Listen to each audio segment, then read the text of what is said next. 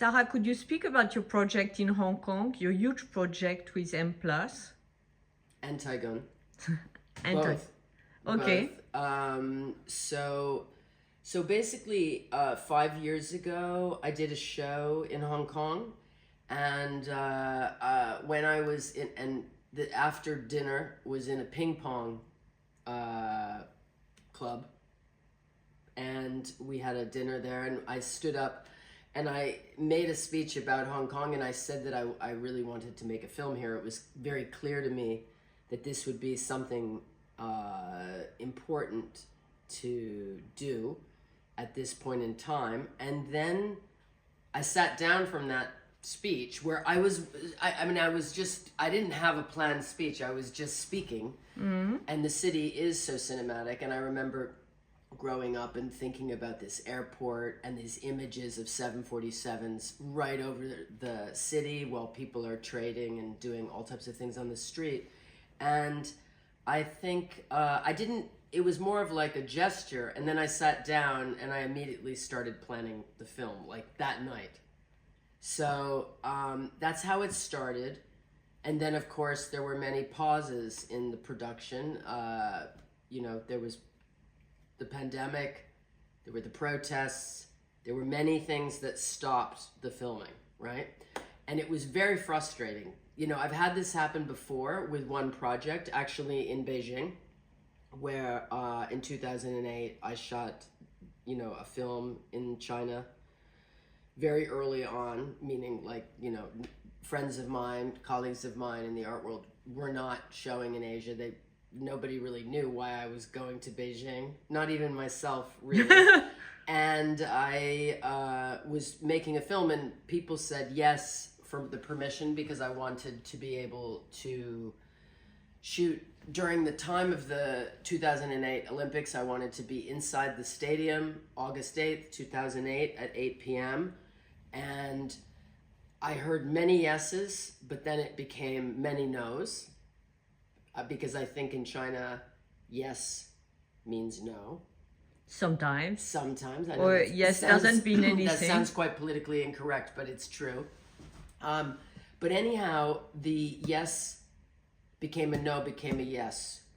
And that was partly through the help of Uli Sig, who's now obviously very tied with M+. But anyway, I was able to orchestrate that film, and I did a series of paintings. But there was a point where I really didn't know if I was going to be able to make something. I didn't know, when you have an idea, something that's very complicated, and my films are quite complicated permission-wise to get all of everything in order. I didn't know if I could make that Beijing film, and I also similarly didn't know if this would happen.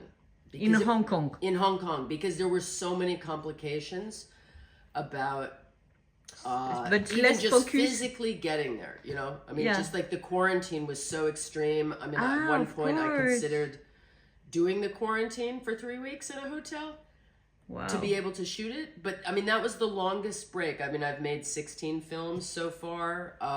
And about cities? Or in general? Cities and people. Yeah. Both. Yeah. But already 16. And I probably have, it started with Midtown Manhattan. And the last one is Hong Kong, which I premiered on the facade of the M+ Museum, which is, as you know, yes, Herzog de Meuron LED screen.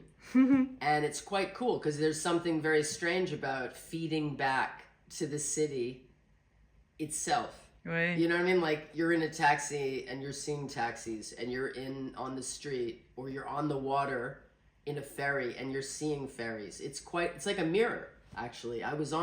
But it's like a portrait of the city, right? It's, that's one way to think about it. I don't really see them as portraits. I see them as a rhetorical device. I don't see it as like a portrait. What is a rhetorical device?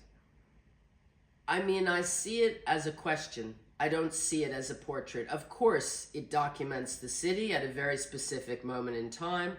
In a parallel universe, I could be operating an entire National Geographic type stock footage company, right? Because who else has 35 millimeter of, you know, President Clinton whistling on the south lawn of the White House? I mean, there's situations I've been in that probably have never been filmed before, or maybe they've been filmed, but not with the type of lenses and the cameras I use. Okay. So I shoot like a feature, you know, I shoot as if I'm shooting a feature, but they're it's documentary usage of reality.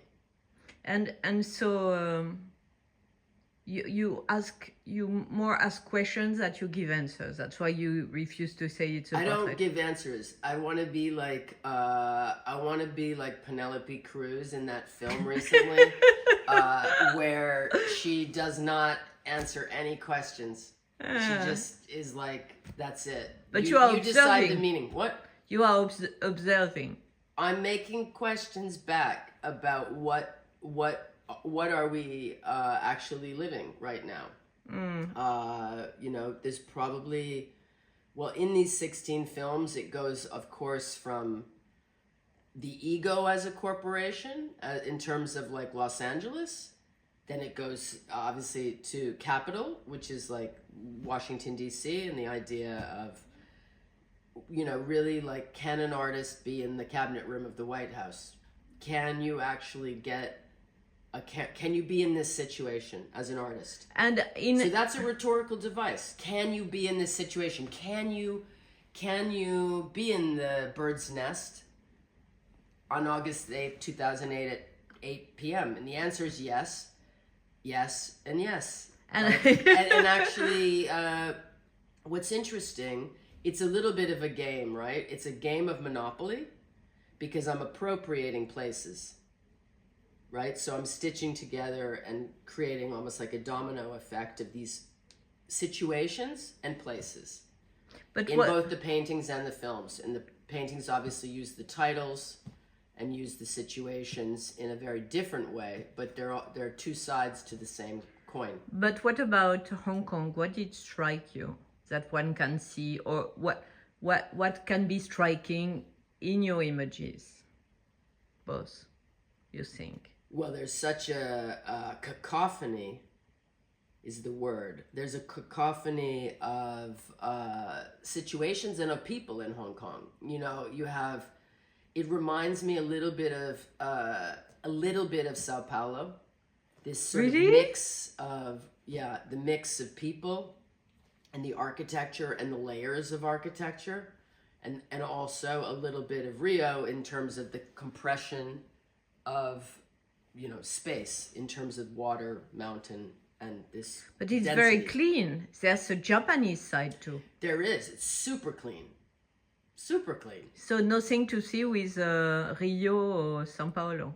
Well, I mean, it's another version, right? I mean, it has elements. This is the thing about any place, any city in relation to trade or immigration, that no place is autonomous, right? No place is autonomous at this point in time. And perhaps we can even argue in the past, you know, you have patterns of trade, you have patterns of immigration, you have patterns of ideas, of sharing ideas. So it's like you can't isolate ever one.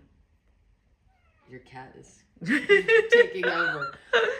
You can't isolate a city. You can't isolate. I mean, you can. Obviously, that's what we all experienced in the last 4 years. That we have experienced that level of isolation in a way. In another way, we haven't.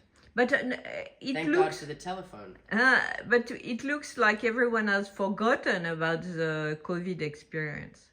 It looks like it, but it's also a reaction. It's like it appears that everybody has. I mean, if you think about climate change, it certainly does. You know, but on another level, I think people are very hungry and very more friendly than normal. Interesting.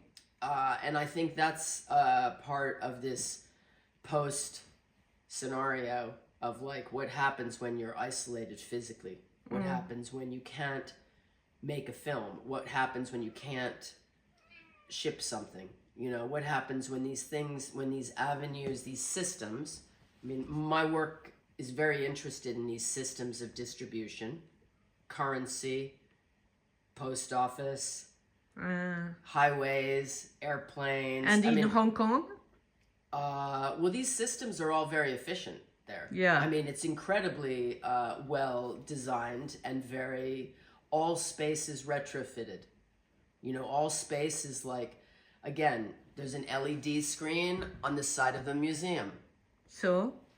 Where else in the world is that? On the opera in Paris, there's something like that. Okay, well, that's a retrofitted device.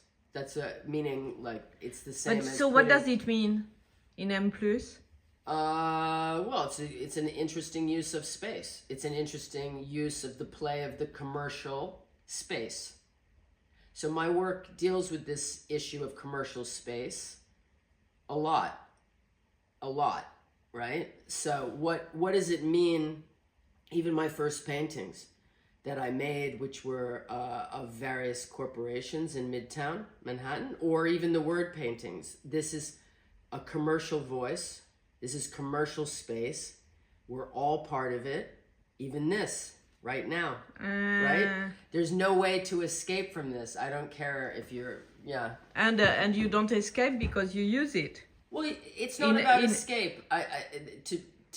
To decide, it's not about to escape. I mean, of course, one could escape and one could make very subjective work and escape, think one is going to escape from this.